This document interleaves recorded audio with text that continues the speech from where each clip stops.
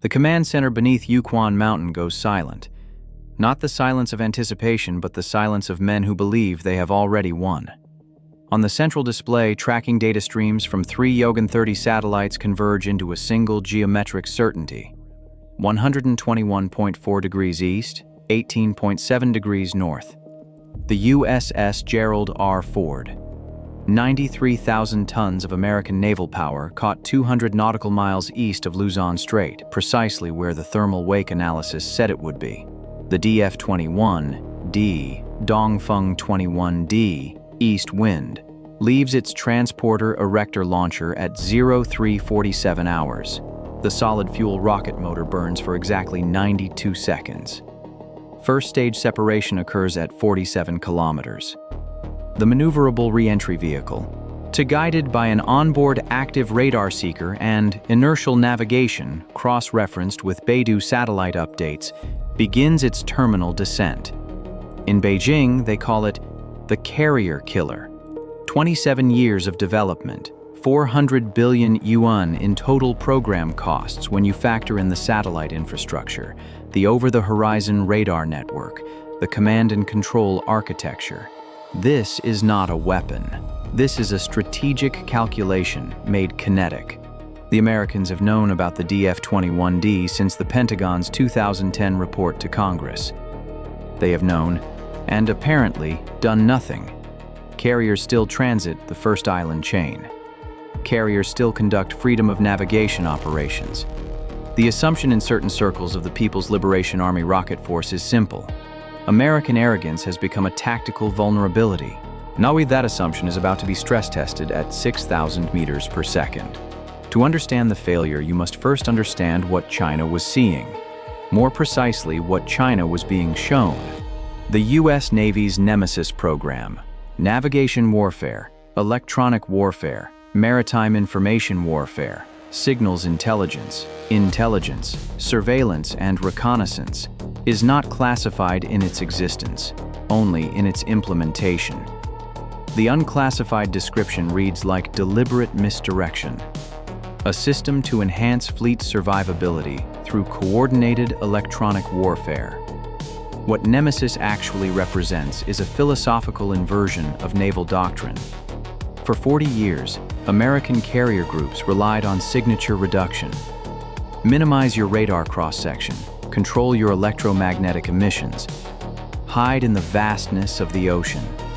The NEMESIS doctrine abandons hiding. Instead, it pursues ubiquity. If the enemy's kill chain depends on finding you, don't make yourself invisible. Make yourself everywhere. 4 days before the DF-21D launch, the Gerald R. Ford is conducting flight operations 700 nautical miles southeast of Okinawa.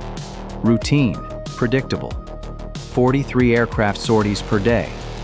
The carrier's AN/SPY 3X band radar operates on schedule. The escorts, 2 Arleigh Burke-class destroyers, 1 Ticonderoga-class cruiser, maintain standard formation geometry. China's Yaogan satellites photograph the strike group every 97 minutes.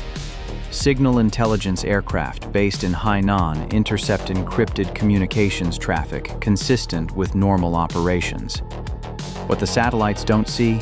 12 unmanned surface vessels are each no larger than a Boston whaler, being deployed from the amphibious transport dock USS Somerset, 200 miles north. What the signal intelligence doesn't decode: the Somerset is operating under MCON Delta, complete electromagnetic silence, and has been for 72 hours.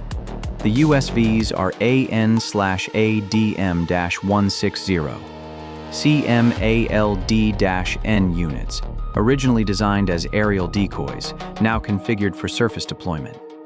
But calling them decoys undersells the sophistication. Each unit carries a software-defined radio capable of replicating the electromagnetic signature of a Nimitz-class carrier across 17 frequency bands. Radar emissions, communications profiles, even the characteristic RF noise of catapult motors cycling. More critically, each MALDN incorporates what Raytheon's engineers call signature grafting. the ability to modulate its radar return to match not just the type of vessel, but a specific vessel's unique electromagnetic fingerprint.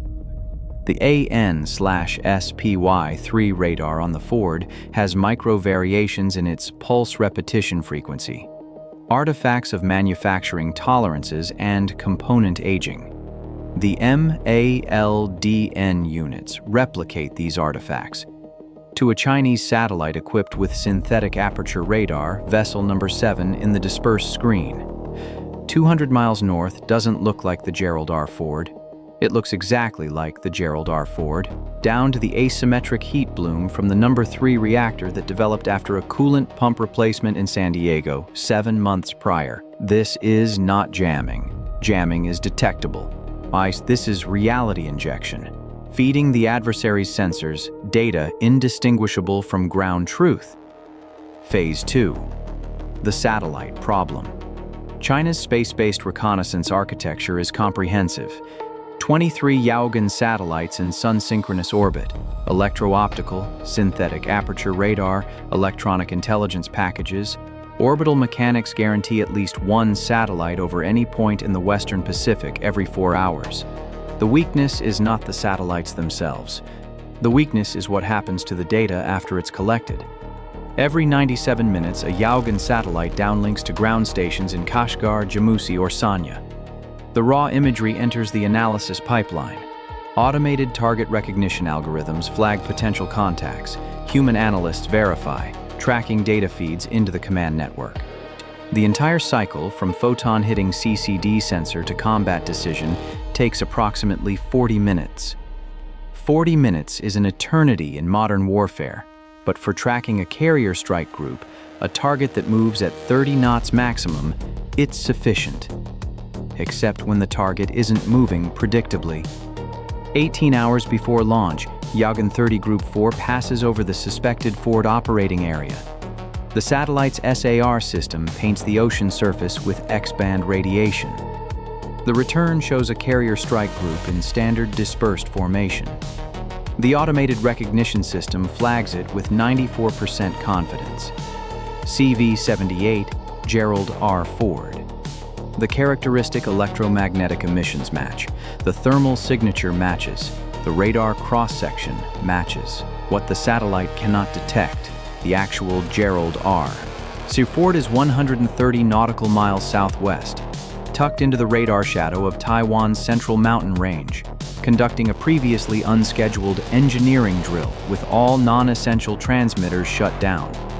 What the satellite definitely detects, MALD-N, unit number 7, broadcasting a perfect synthetic replica of the Ford's radar signature, augmented by 4 smaller units mimicking the escort's emissions.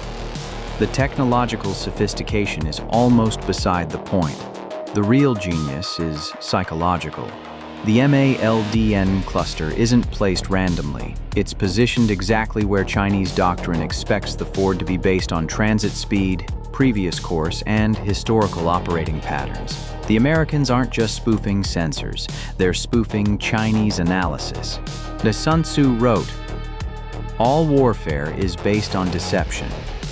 But this is a more specific principle, articulated by Colonel John Boyd in his OODA Loop theory. He who can operate through his adversary's observation, orientation, decision, action cycle faster than the adversary can complete his own cycle will prevail. The NEMESIS doctrine weaponizes this. It's not enough to disrupt Chinese decision-making. The goal is to accelerate it, to feed China's reconnaissance apparatus data so compelling that it bypasses analytical skepticism and triggers immediate action. At T-12 hours, a second Yaogan pass confirms the target. Same location, same emissions profile. The confidence assessment increases to 97%. In the targeting center beneath Yukon Mountain, a senior colonel makes the recommendation to the Rocket Force Command. The Americans have made a mistake. The Ford is exposed, outside the protective range of Cadena's fighter wings, beyond immediate Aegis cruiser support. The political decision takes 6 hours. The military decision takes 6 minutes. The DF-21D is a technical marvel. This must be acknowledged before discussing its failure. A 2-stage solid-fuel ballistic missile with a range exceeding 1,500 kilometers. The maneuverable re-entry vehicle, the MARV, uses a combination of inertial guidance, Beidou satellite updates, and terminal active radar homing. During the descent phase, it can perform lateral maneuvers of up to 50 kilometers, making interception by traditional ABM systems probabilistically difficult. The warhead itself is either a unitary high-explosive penetrator or, in certain configurations, a cluster munitions package designed to saturate a carrier's deck. U.S. intelligence estimates the CEP, circular error probable, at 20 to 30 meters against a stationary target. Against a moving target with real-time guidance updates, potentially better. The DF-21D is not a wonder weapon. It is an engineering solution to a specific problem. How do you hold American carrier power at risk without possessing a blue water navy capable of defeating it in surface combat? At launch, everything functions as designed. The first stage delivers the payload to the required apogee. The MARV separates. The onboard radar activates, sweeps the predicted target area. It acquires a contact matching the expected radar cross-section. Course corrections initiate. The warhead enters terminal guidance. What the MARV's radar is seeing. MALD N Unit Number 7, now augmented by an emergency deployed NULCA active radar decoy launched from an Arleigh Burke-class destroyer 40 miles away, creating a multi-source return that the terminal guidance algorithms interpret as a large surface combatant with multiple radar emitters. The DF-21D's computer has no category for "this might be fake." Its decision tree is binary: target acquired or target not acquired. The radar return matches all expected parameters. The coordinates match the satellite data. The MARV commits. At T+0 hours, 11 minutes 47 seconds, the warhead impacts the ocean surface at 121.47 degrees east, 18.73 degrees north. The high explosive charge detonates. If the target had been a carrier, the kinetic energy alone, even without a functional warhead, would have penetrated the flight deck and caused catastrophic secondary damage. Instead, the explosion vaporizes MALD-N Unit Number 7, sends a geyser of superheated seawater 200 meters into the air, and produces a seismic signature detected by USGS monitoring stations in Guam. The actual cost of the destroyed decoy, approximately $4,800, not including the NULCA assist. The cost of the DF-21D missile? Estimates range from $12 to $15 million per unit, not including launch infrastructure, satellite coordination, or the operational costs of maintaining a state of readiness. In Beijing, the initial assessment is successful impact. The seismic data confirms detonation on target. Communications protocols prohibit immediate satellite confirmation. Orbital mechanics mean the next Yaogan pass won't occur for 93 minutes. For 93 minutes, the command center beneath Yukon Mountain operates under the assumption that American carrier aviation in the Western Pacific has just been dealt a strategic blow. Yaogan 30. Group 6 crosses the target zone at 0522 hours. Weather is optimal. Cloud cover less than 10%. The satellite's electro-optical package has sufficient dawn light for visual confirmation. The SAR system provides all-weather redundancy. The analysts expect to see debris. A carrier doesn't sink immediately. The Ford displaces 93,000 tons with multiple internal compartments and damage control systems, but there should be visible damage, fires, listing. So smaller vessels attempting rescue operations. An oil slick, something. The satellite imagery shows open ocean. The SAR data shows open ocean. There is a thermal anomaly, residual heat from the detonation, but no metal fragments, no distress signals, no evidence of the 1,800 sailors who should be abandoning ship. The first hypothesis, the carrier sank faster than anticipated. possible if the DF-21D penetrated a critical structural zone and caused cascading bulkhead failures. This hypothesis lasts approximately 11 minutes, until Signals Intelligence reports that the Gerald R. Ford is currently conducting flight operations 700 miles southeast of Okinawa. Same location it's been for the past 4 days. ADS-B transponder data from commercial aircraft transiting nearby airways visually confirm a carrier strike group in that location. The Ford never moved, or more precisely, the actual Ford never moved. The second hypothesis forms slowly with the kind of institutional reluctance that accompanies the realization that you've been systematically deceived. Someone orders a review of all satellite imagery from the past 96 hours. Someone else orders a signals. Intelligence analysis of electromagnetic patterns in the target area. A third team begins running probabilistic models.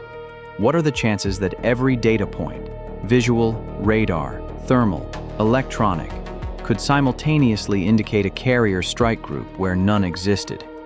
The answer: mind if your model assumes the Americans are operating with 2015-era electronic warfare technology, statistically impossible. The answer: if your model assumes the Americans have developed layered signature replication systems specifically designed to defeat Chinese reconnaissance architecture. Inevitable. The immediate military failure is embarrassing. The strategic implications are catastrophic. China's anti-access/area denial strategy in the Western Pacific rests on a few core pillars. The DF-21D and its successor, the DF-26, are the cornerstone. The logic is elegant. American carrier groups project power. Carriers are large, expensive, and politically irreplaceable. The loss of a single carrier would represent both a military and a psychological defeat the United States could not afford. Therefore, a credible carrier killer capability creates strategic space. It doesn't matter if you ever actually sink a carrier, the threat constrains American operational planning. This logic depends on one assumption: that the DF-21D can reliably target and hit an American carrier. The failed strike doesn't just disprove this assumption. It suggests that American electronic warfare capabilities have advanced to the point where China's entire reconnaissance strike complex, the satellites, the over-the-horizon radars, the command and control networks, can be systematically deceived. Consider the economic dimension. The DF-21D program represents a fraction of China's total investment in anti-carrier capabilities. Add in the satellite constellation, 200 billion yuan. The over-the-horizon radar network along the coast, another 70 billion. The command infrastructure, the training pipelines, the munitions stockpile, conservatively, $500 billion yuan over 20 years, and it failed to hit a $5,000 balloon. Worse, now that the vulnerability is exposed, every DF-21D in the inventory becomes strategically questionable. If the Americans can spoof one targeting sequence, they can spoof all of them. The missile itself still works.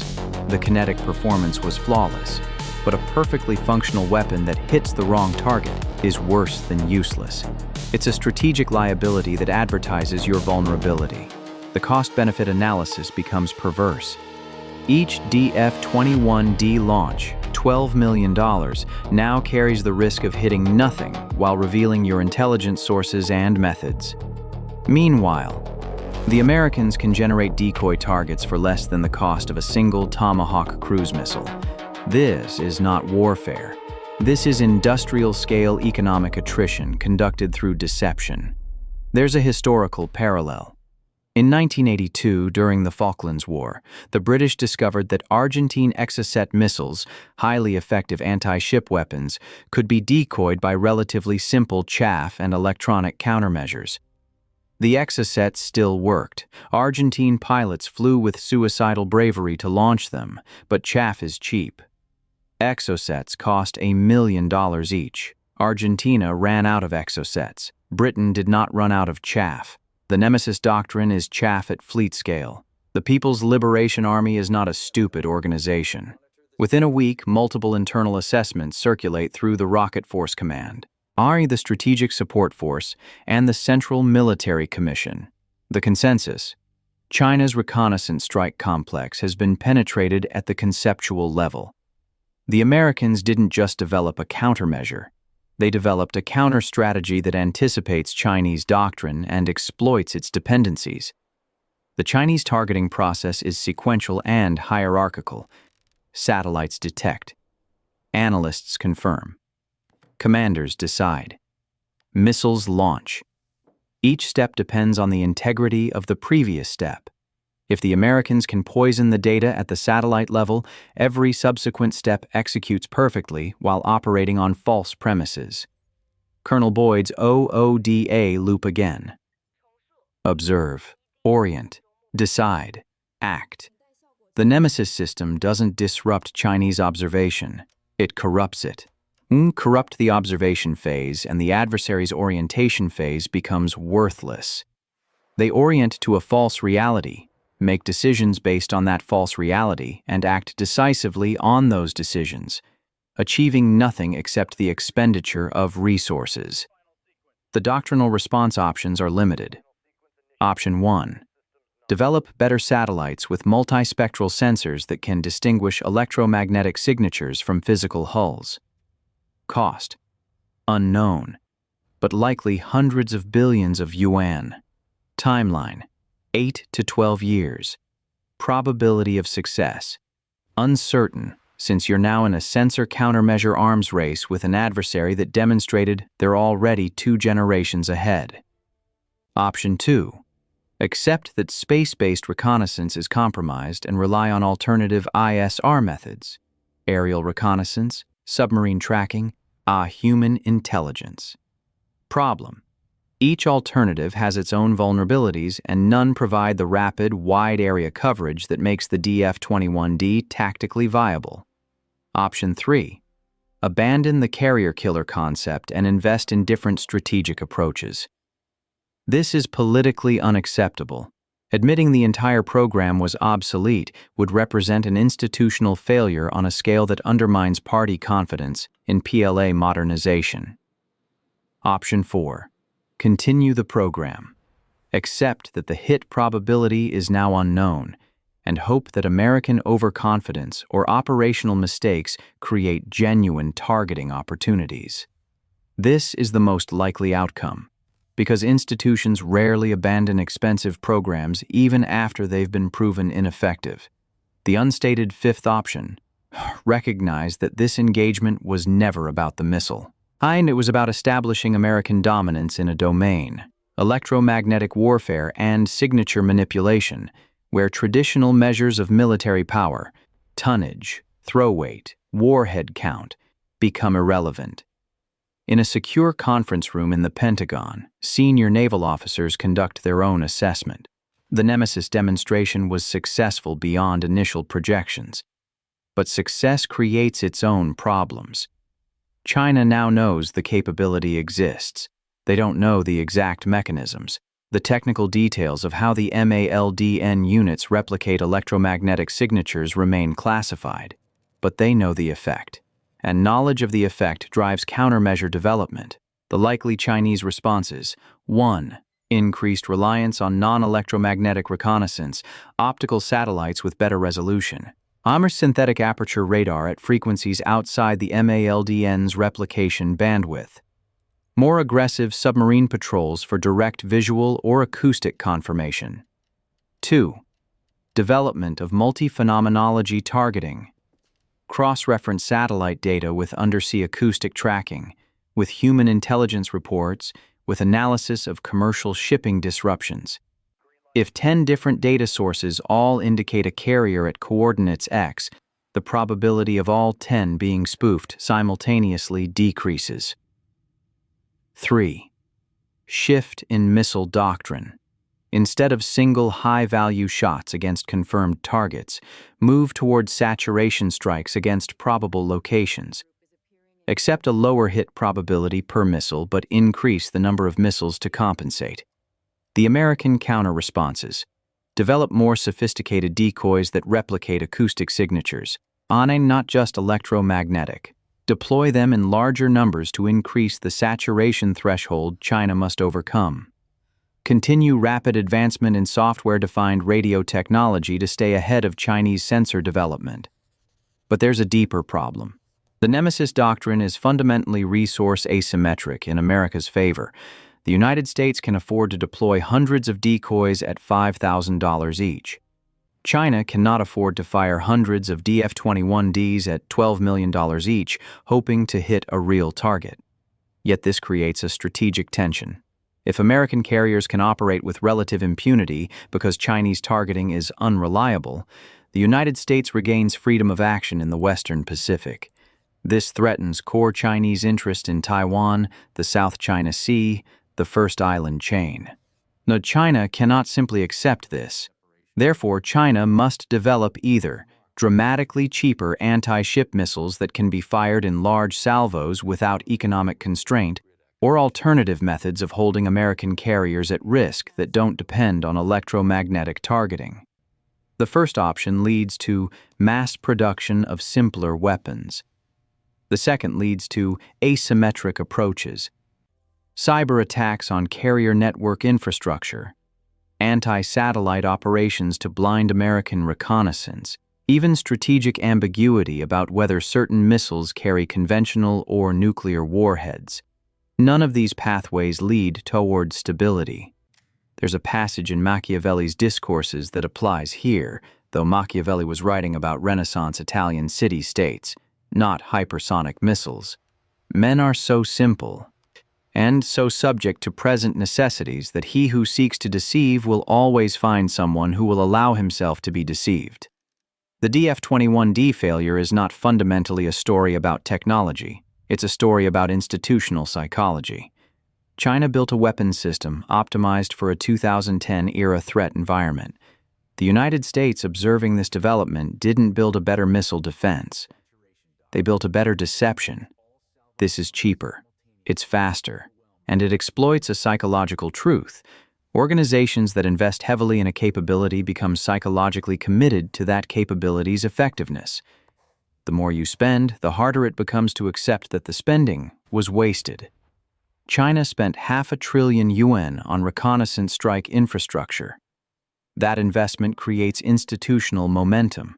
OODA careers were built on the DF-21D program. Promotions were awarded. The program became embedded in strategic doctrine. Walking away from it now would require admitting that 20 years of effort produced a weapon that can be defeated by sophisticated spoofing. Institutions don't make those admissions easily, so the DF-21D will remain in service. Improvements will be made, new sensors will be developed, and at some point, possibly years from now, there will be another targeting opportunity. The command center beneath Yukon Mountain will receive satellite data showing an American carrier in a vulnerable position, and someone will have to make the decision. Do we trust the data? That uncertainty, that permanent epistemological insecurity about whether what you're seeing is real, is the strategic effect NEMESIS was designed to create. It's not about making Chinese missiles miss. It's about making Chinese commanders hesitate. And in modern warfare, where decision cycles are compressed into minutes, hesitation is strategic paralysis. The Americans fired no missiles. They sank no ships. They killed no one. They simply made their adversary's most expensive weapon shoot at ghosts. And they made sure Beijing knew it.